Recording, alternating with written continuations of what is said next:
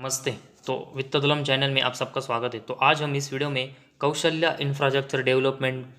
Corporation इस company का जो बिज़नेस है उसका फुल एनालिसिस करने वाले हैं और उसके लिए हम कंपनी का जो बिज़नेस सेगमेंट है उसका ओवरव्यू करेंगे। साथ ही में कंपनी के फाइनेंशियल और फंडामेंटल में कंपनी के नंबर्स कैसे और उसमें कंपनी कैसी करंट ग्रोथ कर रही है वो देखेंगे। तभी हमें पता चलेगा कि ये कंपनी इन्वेस्टमेंट की नज़र से कैसी है और उस कंपनी के परफॉर्मेंस कैसे है। तो सबसे पहले हम कंपनी का जो बिज़नेस है उसके बारे में डिटेल्स देखते हैं। तो कौशल्या इंफ्रास्ट्रक्चर डेवलपमेंट कॉरपोरेशन इस कंपनी की जो शुरुआत है वो 1992 से हुई थी और ये कंपनी का अगर हम बिज़नेस देखेंगे तो ये company infrastructure, real estate development, acquisition, development, sales of land इन सब से रिलेटेड जो कंस्ट्रक्शन है उसका एग्जीक्यूटिंग करती है और साथ ही में ये कंपनी होटल्स भी हमें ऑपरेटिंग करते हुए देखने को मिलती है। तो इस कंपनी का जो बिज़नेस है वो हमें कंस्ट्रक्शन,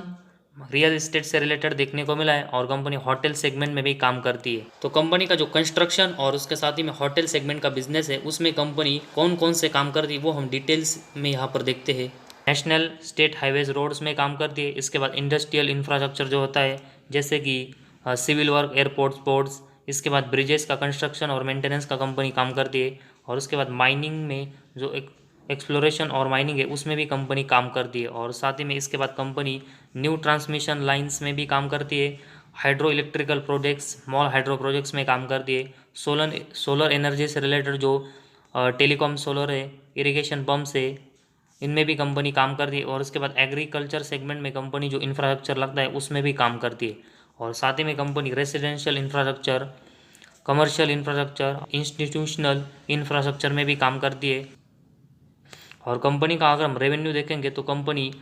जो कॉन्ट्रैक्ट्स लेती है उससे कंपनी को 94% का रेवेन्यू आता है। इसके बाद होटल सेगमेंट से कंपनी 5% का रेवेन्यू जनरेट करती है और एग्रीकल्चर बिजनेस से कंपनी 1% का रेवेन्यू जनरेट करती है। तो इस कंपनी का जो मोस्टली रेवेन्यू है वो कंपनी के जो कॉन्ट्रैक्ट्स है रियल एस्टेट और इंफ्रास्ट्रक्चर से रिलेटेड उससे आता है और उसके बाद कंपनी के दूसरा सबसे बड़ा जो रेवेन्यू है वो हमें होटल सेगमेंट से देखने को मिला और आने वाले समय में कंपनी का फ्यूचर आउटलुक भी अगर हम देखेंगे तो कंपनी होटल सेगमेंट पर एक अच्छा फोकस देना चाहती है।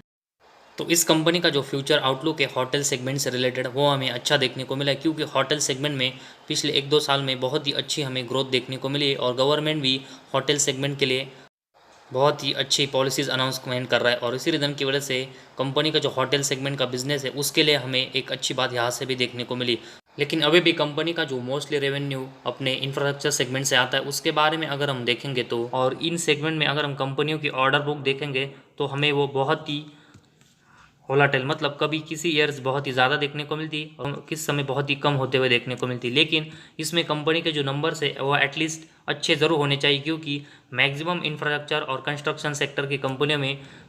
उनकी जो ऑर्डर बुक है वो हमें बहुत ही कम ज़्यादा होते हुए देखने को मिलती है। लेकिन किसी कंपनी में जो ऑर्डर बुक है वो हमें बहुत ही अच्छी भी देखने को मिलती है और किसी कंपनी में बहुत ही ख़राब भी देखने को मिलती है। तो इसी वजह से कंपनी की जो ऑर्डर बुक है वो हमें एटलीस्ट कुछ उसके जो नंबर्स है वो मिनिमम कुछ अच्छे होने चाहिए। लेकिन अगर कंपनी की ऑर्डर बुक में कंसिस्टेंट हमें डिक्रीज या फिर डाउनफॉल होते हुए देखने को मिलेगा तो कंपनी की जो ग्रोथ है वो भी ख़राब होते हुए देखने को मिल सकती है। और उसी वजह से सबसे पहले हम इस बिज़नेस के बाद कंपनी का जो सेल्स का ग्रोथ है उसके बारे में इंफॉर्मेशन देखते हैं।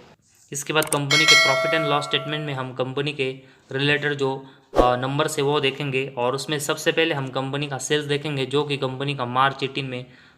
0.31 था। इसके अगले साल ये 0.22, इसके अगले साल 0.18, इसके अगले साल ये बढ़कर 2.27 और इसके बाद अगले 2 साल देखेंगे तो कंपनी के जो नंबर्स है वो फिर से मार्च 21 के कंपेरेटिवली कम हुए और मार्च 21 से पहले भी देखेंगे तो 3 साल कंपनी के जो सेल्स की ग्रोथ है वो भी हमें कंटिन्यूस डाउन होते हुए देखने को मिली। तो इस कंपनी का जो सेल्स है वो हमें सिर्फ पिछले 6 सालों में एक ही बार 1 करोड़ के ऊपर देखने को मिला है। उसको छोड़कर देखेंगे तो मैक्सिमम टाइम इसके जो नंबर्स है वो हमें 30 लैक्स के नीचे ही मैक्सिमम देखने को मिले। तो एक बहुत ही कम कंपनी सेल्स कर रही है और कंपनी का जो सेल्स है वो कंटिन्यूस यहाँ पर डाउन और हमें बहुत ही कम देखने को मिला और ये साफ इंडिकेट करता है कि इस कंपनी की जो ऑर्डर बुक है वो हमें कंटिन्यूस कम होते हुए देखने को मिली है। और सेल्स के कंपेरेटिवली अगर हम कंपनी के एक्सपेंस देखेंगे तो कंपनी के जो एक्सपेंस है वो कंटिन्यूस बढ़ रहे और इसी रीज़न की वजह से कंपनी का जो ऑपरेटिंग प्रॉफिट है वो हमें पिछले 6 सालों में कंटिन्यूस लॉस में देखने को मिला है। तो ऑपरेटिंग बेसिस पर देखेंगे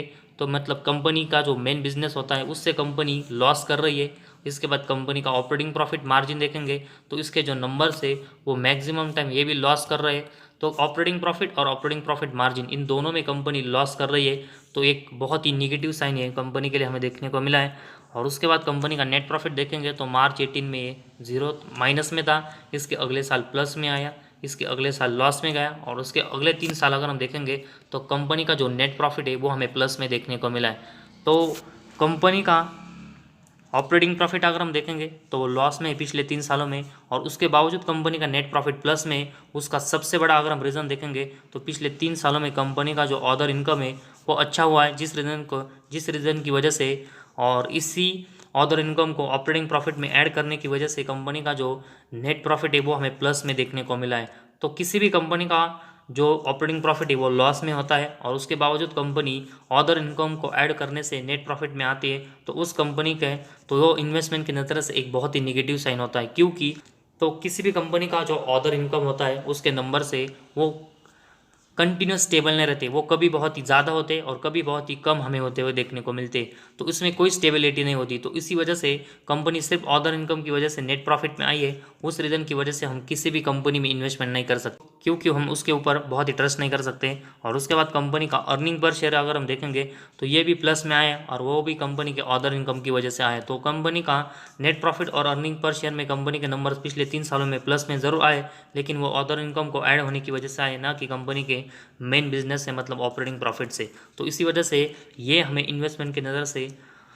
बहुत ही निगेटिव साइन देखने को मिला है कि कंपनी अपने प्रॉफिट एंड लॉस स्टेटमेंट में मैक्सिमम सेगमेंट में लॉस कर रही है, और कंपनी का जो सेल्स है वो कंटिन्यूस हमें बहुत ही कम और डाउन होते हुए देखने को मिला है। तो कंपनी के और ये साफ इंडिकेट करता है कि कंपनी की ऑर्डर बुक है वो हमें कंटिन्यूस एक ही रेंज में और कम होते हुए देखने को मिली है।